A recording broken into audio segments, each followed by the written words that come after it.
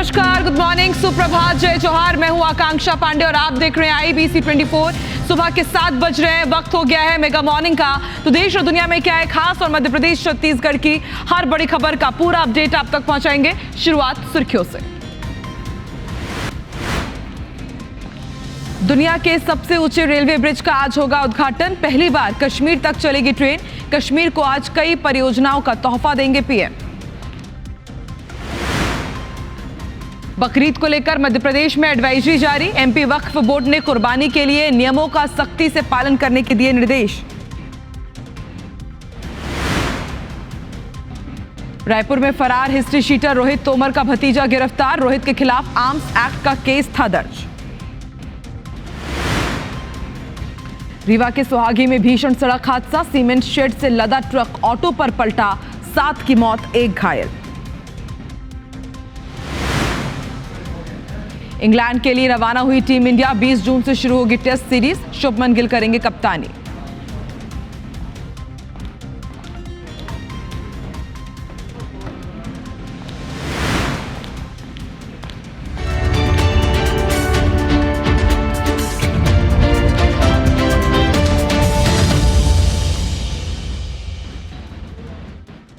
और mega morning की शुरुआत करेंगे एक गुड न्यूज के साथ, क्योंकि आज प्रधानमंत्री नरेंद्र मोदी जम्मू कश्मीर के दौरे पर रहेंगे। पहलगाम आतंकी हमले के बाद प्रधानमंत्री का ये पहला जम्मू कश्मीर दौरा है और आज के इस दौरे के दौरान दुनिया के सबसे ऊंचे रेल आर्क ब्रिज का उद्घाटन करने जा रहे हैं। और चेनाब रेलवे ब्रिज आज देश को समर्पित होगा और केबल स्टेड रेल ब्रिज अंजी का भी उद्घाटन करेंगे। देखिए, 2 रेलवे ब्रिज का उद्घाटन होने जा रहा है, एक चेनाब रेलवे ब्रिज और दूसरा अंजी railway bridge. Vande Bharat train को भी प्रधानमंत्री नरेंद्र मोदी हरी झंडी दिखाएंगे। कटरा श्रीनगर वंदे भारत को हरी झंडी दिखाई जाएगी। 46,000 करोड़ के विकास कार्यों की सौगात देंगे प्रधानमंत्री नरेंद्र मोदी और कटरा में जनसभा को संबोधित भी करेंगे। प्रधानमंत्री नरेंद्र मोदी के जम्मू कश्मीर दौरे को लेकर सुरक्षा के कड़े इंतजाम किए गए हैं और पूरे जम्मू कश्मीर में जगह जगह चेकिंग की जा रही है। तो देखिए, वंदे भारत ट्रेन को कश्मीर के जरिए पूरे देश में जोड़ने के लिए आज प्रधानमंत्री नरेंद्र मोदी बहुत बड़ी सौगात देने जा रहे हैं। तो देखिए, वंदे भारत की सौगात मिलने जा रही है प्रधानमंत्री नरेंद्र मोदी को।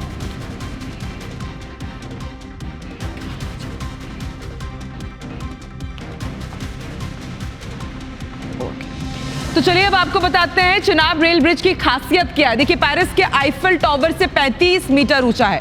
सोच सकते हैं आप कि आईफिल टावर कितना ऊंचा है और उससे 35 मीटर ऊंचा ये ब्रिज है। 260 किलोमीटर प्रति घंटे की हवा में भी पुल स्थिर रहेगा। यदि इतनी तेज आंधी तूफान आएगा उसके बाद भी इस ब्रिज को कुछ नहीं होने वाला है। भूकंप के दबाव को भी झेलने में ये चेनाब सक्षम है। 16 साल में 1486 करोड़ रुपए की लागत से ब्रिज बना है। 16 साल लगे हैं। आप सोचिए, इससे आप अंदाजा लगा सकते हैं कि ये ब्रिज कितना खास होगा। दुनिया का सबसे ऊंचा रेलवे ब्रिज है। चेनाब नदी पर ये पुल बना और इसलिए इसे चेनाब रेलवे ब्रिज का नाम दिया गया। देखिए, चेनाब लाइफलाइन मानी जाती है जम्मू कश्मीर की और अब ये रेलवे ब्रिज भी लाइफलाइन बनेगा, क्योंकि अब इससे आवागमन बहुत सुविधाजनक हो जाएगा। इसकी जो ऊंचाई है करीब 359 मीटर है। ये इसे और खास बनाता है। इसकी अंदाजा आप इस बात से लगा सकते हैं कि आईफिल टावर जो सबसे बड़ा टावर माना जाता है उससे भी ऊंचा है। इससे आप अंदाजा लगा सकते हैं कि कितना खास हो जाता है चेनाब नदी पर बना ये रेलवे ब्रिज। देखिए, पेरिस के आईफिल टावर से 35 मीटर ऊंचा है और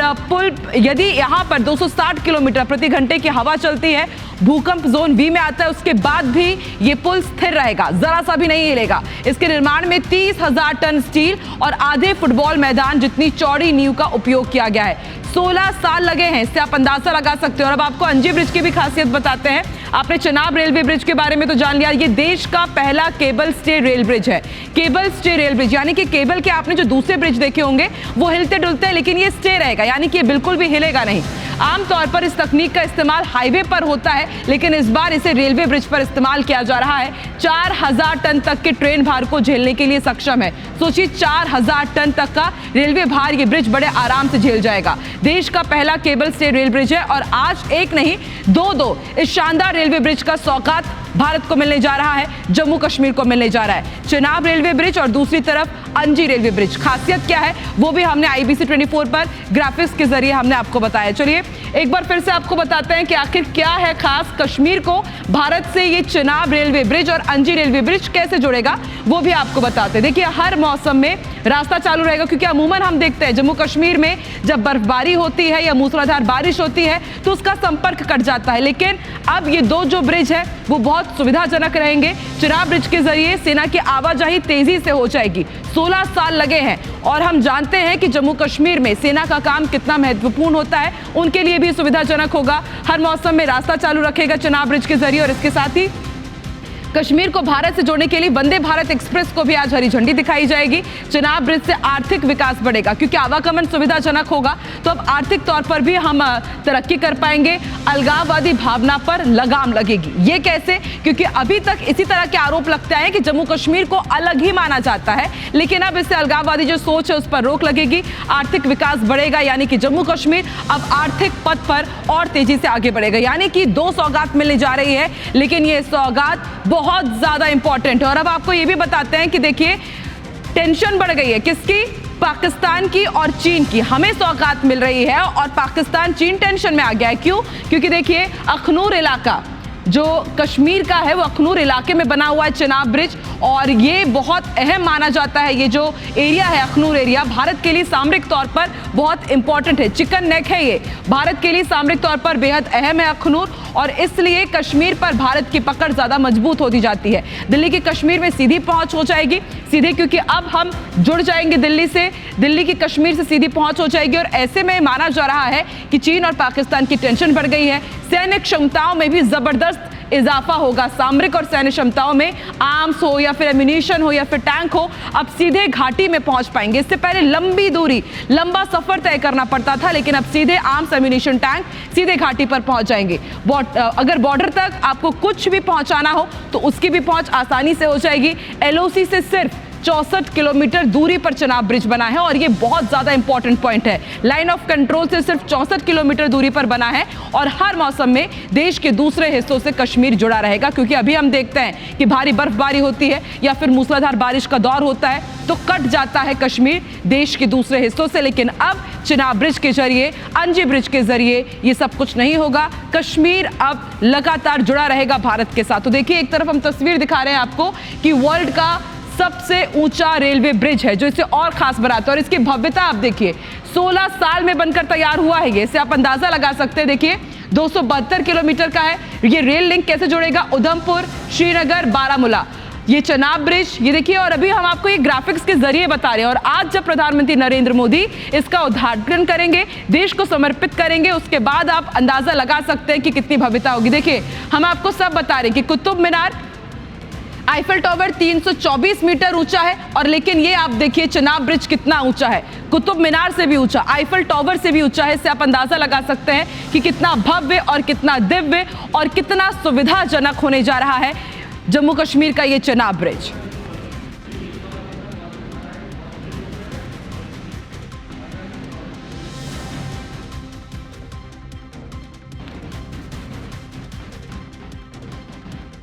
तो आज देश को बहुत बड़ी सौगात मिलने जा रही है। प्रधानमंत्री नरेंद्र मोदी चिनाब केबल ब्रिज और अंजी केबल ब्रिज देश को समर्पित करेंगे। हर एक ताजा तस्वीर आपके साथ साझा करेंगे। कुछ दूसरी खबरों का रुख करते हैं। देश के पूर्वोत्तर राज्यों में लगातार बारिश के बाद बाढ़ और लैंडस्लाइड की स्थिति में कोई सुधार नहीं है। असम में बुधवार को बाढ़ आई और उसके बाद 2 और लोगों की मौत हो गई है। इसके साथ ही 24 मई को मानसून आने के बाद से राज्य में अब तक 19 लोगों की जान गई है। बाढ़ से 21 जिलों के करीब 6.5 लाख लोग प्रभावित हुए हैं। अरुणाचल प्रदेश में अब तक 12 लोगों की जान गई है, जबकि 2 लोग लापता है। इधर मानसून अब भी महाराष्ट्र छत्तीसगढ़ बॉर्डर पर ही रुका हुआ है।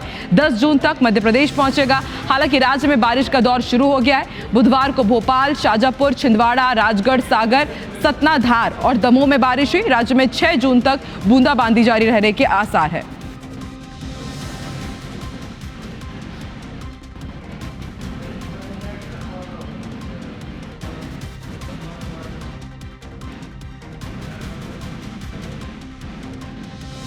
बीजापुर के बैरमगढ़ थाने से करीब 5 किलोमीटर दूर एक प्याज से भरे ट्रक को नक्सलियों ने आग के हवाले कर दिया।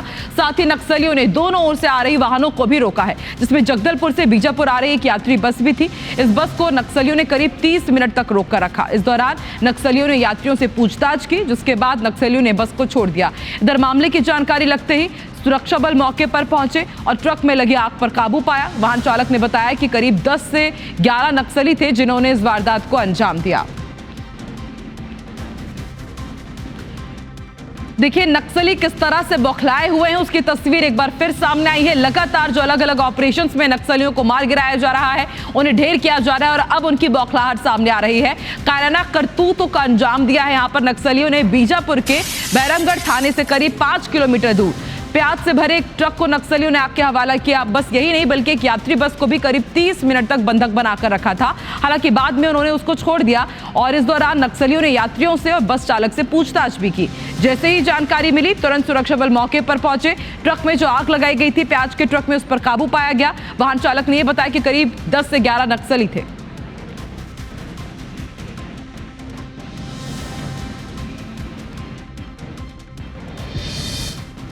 10-12 आदमी आए थे, रास्ते में खड़े रहे और डीजल टैंक फोड़ के आग लगा दिए। ये उतर उतर भाग जाओ, मैं तो मार देंगे, उन्होंने आग लगा दी।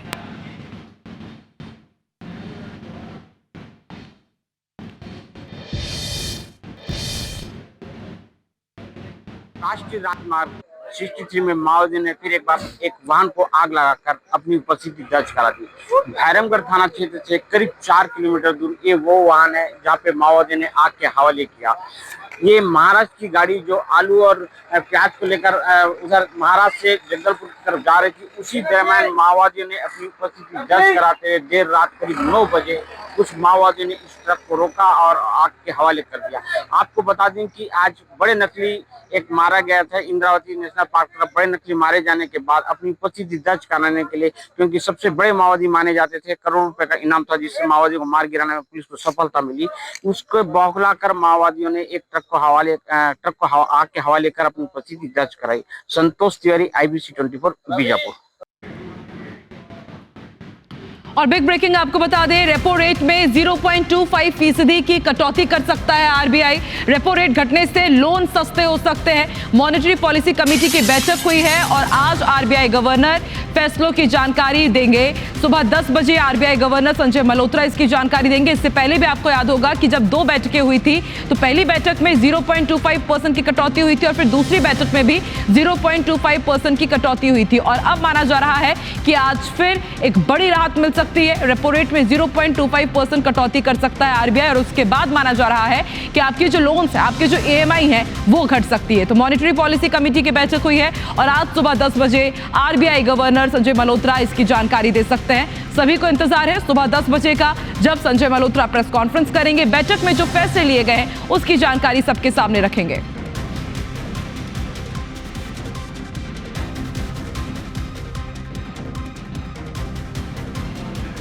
और इंदौर से बिग ब्रेकिंग आपको बता दें, अब तक सोनम का कोई भी सुराग नहीं मिला है। खाई में उतरकर अभी फिलहाल सर्च ऑपरेशन चलाया जा रहा है। ड्रोन कैमरे से भी सोनम की तलाश की जा रही है।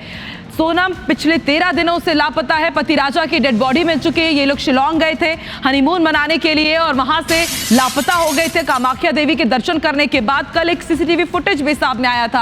होटल के बाहर उनका ये आखिरी CCTV फुटेज माना जा रहा है, लेकिन अब तक सोनम के बारे में कुछ जानकारी नहीं मिल पाई है। पति राजा की डेड बॉडी एक खाई में मिली थी। अभी शिलोंग पुलिस के साथ ही इंदौर पुलिस भी वहां पर जाकर के सघन सर्च ऑपरेशन चला रही है। खाई में उतरकर सर्च ऑपरेशन चलाया जा रहा है, जहां पर उनके हस्बैंड राजा रघुवंशी का शव बरामद किया गया था।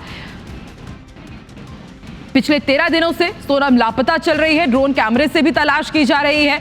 वहीं सोनम और राजा के परिजनों ने बेहद गंभीर आरोप मेघालय सरकार पर लगाए हैं कि मेघालय सरकार लापरवाही बरत रही है। इस तरह के कई मामले इससे पहले भी मेघालय में सामने आ चुके हैं। जो दूसरे टूरिस्ट वहां पर पहुंचते हैं उनके साथ ही इसी तरह का घटनाक्रम हो रहा है, लेकिन मेघालय सरकार इस तरह की चीजों को लगातार दबा रही है। CBI जांच की मांग भी उनके तरफ से की गई है, लेकिन अब तक सोनम के बारे में कुछ भी जानकारी नहीं मिल पाई है।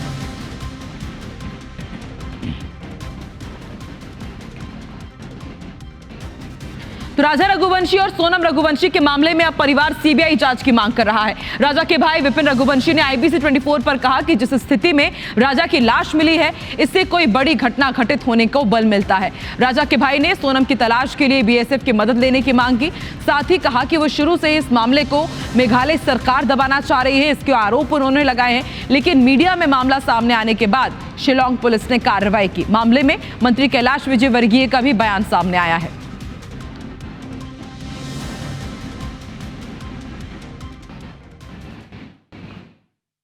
राजा रघुवंशी का शव मिलने के बाद अब परिवार जो इस पूरे मामले में सीबीआई जांच की मांग कर रहा है, और सीबीआई जांच की मांग इसलिए की जा रही है क्योंकि कई परिस्थितियां और कई ऐसे संदेहास्पद वहां पर मामले सामने आए हैं जिससे कि परिवार को शंका है कि राजा के साथ कुछ न कुछ गलत हुआ है और उसकी हत्या जो है वो की गई। हालांकि ये बात वहाँ की पुलिस भी मान रही है। हमारे साथ विपिन मौजूद हैं जो कि राजा को खोजने के लिए शिलांग में मौजूद थे, पूरे समय शिलांग में रहे और शिलांग में ही इन्होंने सारी परिस्थितियाँ देखी और उन्हीं से हम जानेंगे कि इसमें सीबीआई जाँच क्यों कराना आवश्यक है। विपिन, आप शिलांग में रहे थे, लेकिन इस पूरे मामले में सीबीआई जांच की मांग की आवश्यकता क्यों पड़ रही है? मैं सीबीआई मांग इसलिए कर रहा हूं क्योंकि वहाँ की मेघालय सरकार की तरफ से जो वहाँ पे चल रहा है वो हम लोगों ने वहाँ पे महसूस खुद ने किया है। और शिलांग से जैसे कि हमने कुछ लोकल लोगों से बातें करी थी, तो उन लोगों से भी ये मालूम पड़ा है तो यहाँ पर कुछ भी घटना होती कभी है तो उसको दबा दी जाती है। इसलिए हम लोग चाह रहे हैं तो वहाँ पे सीबीआई जब जांच करेगी कभी तो उसमें वहाँ की लोकल पुलिस जो है उसमें इन्वॉल्व नहीं रहेगी। अब आप लोगों का आगे क्या रणनीति रहने वाली है? सोनम की तलाश भी फिलहाल जारी है और ये सोनम की तलाश जारी है, मगर वहाँ पे मौसम के द्वारा जो देखा जा रहा है तो वहाँ पे पुलिस जो है पुलिस वहाँ पे काम उतनी देर करती है जितनी मौसम साफ रहता है। और इसमें कोई अच्छी टीम जैसे BSF या कोई जाति का भी वहाँ पे है तो सोनम को भी ढूंढने में आसानी रहेगी, क्योंकि वहाँ पे अभी NDRF टीम जो लगी हुई है वो टीम भी मेहनत पूरी कर रही है। और हम चाह रहे हैं इसमें जैसे कि NDRF टीम के अलावा BSF जाए वहाँ पे कभी तो वहाँ के जो नीचे के जो लोकल एरिया जो है उसको छानबीन करी जाए और राजा को इंसाफ दिलाने के लिए सीबीआई ही इसमें जो है सीबीआई जाएगी कभी तो राजा को इंसाफ मिलेगा इसके अंदर, हम लोग ही चाहते हैं। तो राजा रघुवंशी की मौत के मामले में अब परिवार जो सीबीआई जांच की मांग कर रहा है और वहीं सोनम की तलाश जो है वो अभी भी वहां पर की जा रही है। हालांकि अब सवाल कई खड़े हो रहे हैं और वो सवाल यह है कि मेघालय सरकार इस तरह के मामलों पर निष्पक्ष जांच करने के बजाय उन्हें दबाना क्यों चाहती है। कैमरा पर्सन संतोष जटवन के साथ अंशुल मुकाती, IBC 24 इंदौर। हम कोशिश कर रहे हैं, सरकार कर रही है, यदि हमें इसमें ऐसा लगेगा सीबीआई की जांच की आवश्यकता है तो जरूर सीबीआई की इस जांच के लिए भेजेंगे। गृह मंत्रालय ने भी वहाँ के मुख्यमंत्री से बात की है, उन्होंने एक स्पेशल टीम बनाई है और NDRF की टीम भी वहाँ पर लगी हुई है, आसाम से भी एक टीम लगी हुई है।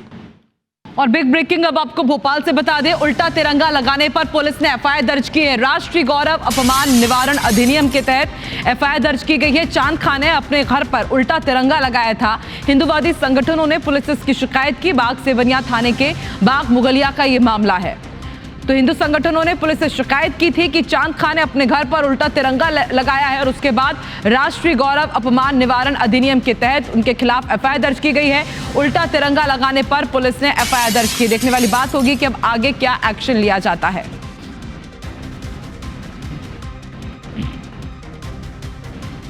तो तस्वीरें हम आपको दिखा रहे हैं। आप देखिए, चांद खां का ये घर है जहां पर उल्टा तिरंगा फहराया गया था। अब ये जानबूझकर उल्टा तिरंगा लगाया गया या फिर भूलवश, ये जांच का विषय है। फिलहाल हिंदूवादी संगठनों ने थाने में जाकर के शिकायत दर्ज कराई। राष्ट्रीय गौरव अपमान निवारण अधिनियम के तहत FIR दर्ज की गई है।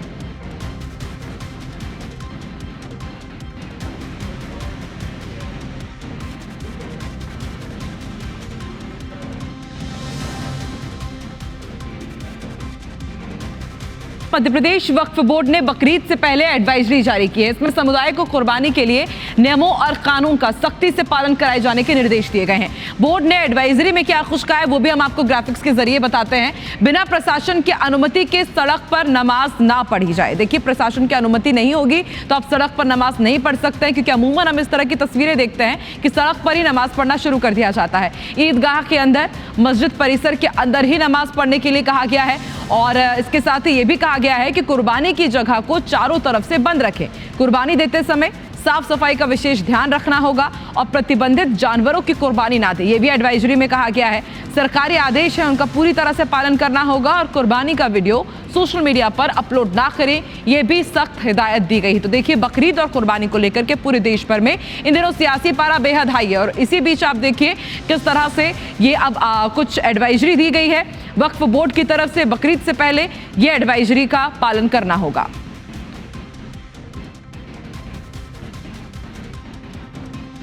और बड़ी खबर रायपुर से मिल रही है। फरार हिस्ट्री शीटर रोहित तोमर का भतीजा गिरफ्तार किया गया है। छापेमार कार्रवाई में 37 लाख नकदी जब्त किए गए थे।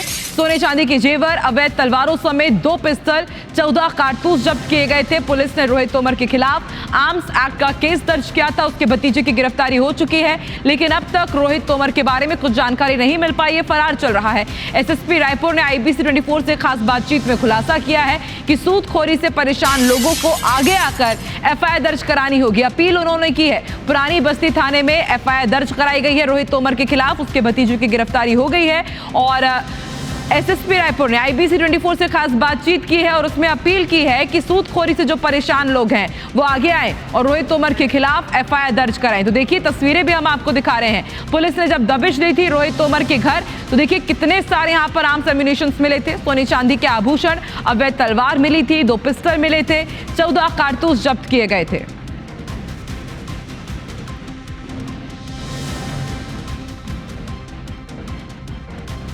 रायपुर के एक ज्वेलर से सोने की चेन लूटने वाले 4 अंतर्राज्यीय लुटेरों को पुलिस ने गिरफ्तार किया है। बदमाश गहने खरीदने के बहाने दुकान आए थे। कारोबारी उन्हें चेन दिखा रहे थे, तभी वो 3 चेन लेकर भाग गए थे। इस मामले में खमाडी पुलिस और क्राइम ब्रांच की टीम ने जब जांच शुरू की तो पता चला कि आरोपी महाराष्ट्र के हैं, जिसके बाद पुलिस की एक टीम ने गोंदिया में दबिश देकर आरोपी जय पाटिल, राहुल सुखचंद लिलारे, राहुल डोंगरे और राजेश गोपीचंद पाटिल को गिरफ्तार किया है। पुलिस ने आरोपियों के कब्जे से सोने की एक चेन बरामद की है, जबकि 2 चेन को आरोपियों ने गिरवी रख दिया था। आरोपियों ने ज्वेलरी शॉप में लूट की वारदात को अंजाम देने से पहले भिलाई और रायपुर में भी 2 गाड़ी चोरी की थी।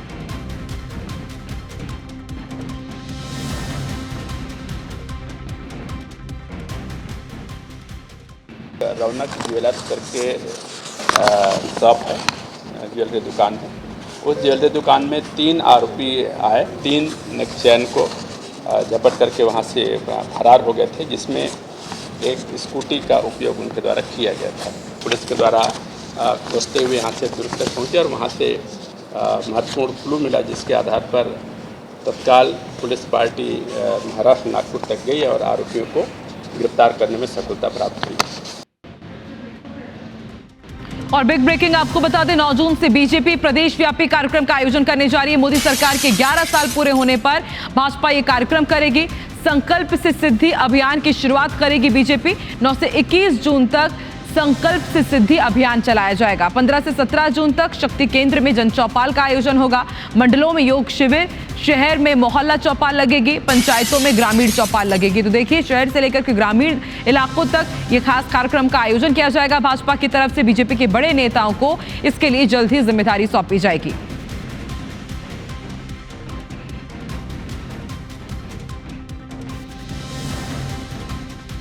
और बिग ब्रेकिंग आपको दे दें, अब युक्तियुक्तकरण को लेकर के भी जोरदार सियासत होने जा रही है, क्योंकि अब कांग्रेस इसका विरोध करेगी। 3 चरणों में युक्तियुक्तकरण के खिलाफ कांग्रेस प्रदर्शन करने जा रही है। पहले चरण में तमाम जिले जितने भी हैं छत्तीसगढ़ के, वहां पर प्रेस कॉन्फ्रेंस होगी। आज सुबह 11 बजे रायपुर शहर कांग्रेस प्रेस कॉन्फ्रेंस करने जा रही युक्तियुक्तकरण के खिलाफ। शिक्षक युक्तियुक्तकरण को लेकर के भी लगातार विरोध कर रहे हैं और अब उनको समर्थन कर रही है कांग्रेस। आज सुबह 11 बजे रायपुर शहर कांग्रेस प्रेस कॉन्फ्रेंस करेगी और इसी तरह हर जिले में पत्रकार वार्ता होगी। 3 चरणों में युक्तियुक्तकरण के खिलाफ कांग्रेस प्रदर्शन करने जा रही है।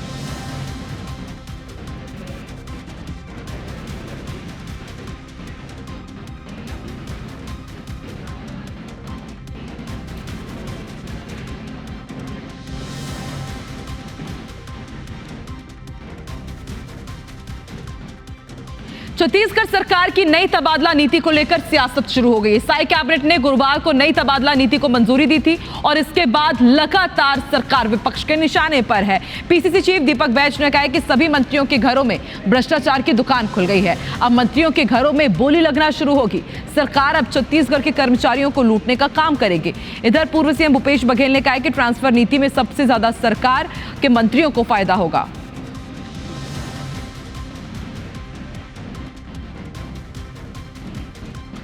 और मेगा मॉर्निंग में फिलहाल इतना ही। आगे देखिए छत्तीसगढ़ में क्या है खास। अमर बानी हमर गोड श्रवण तंबोली के साथ मुझे दीजिए इजाजत। देखते रहिए ABC 24। नमस्कार।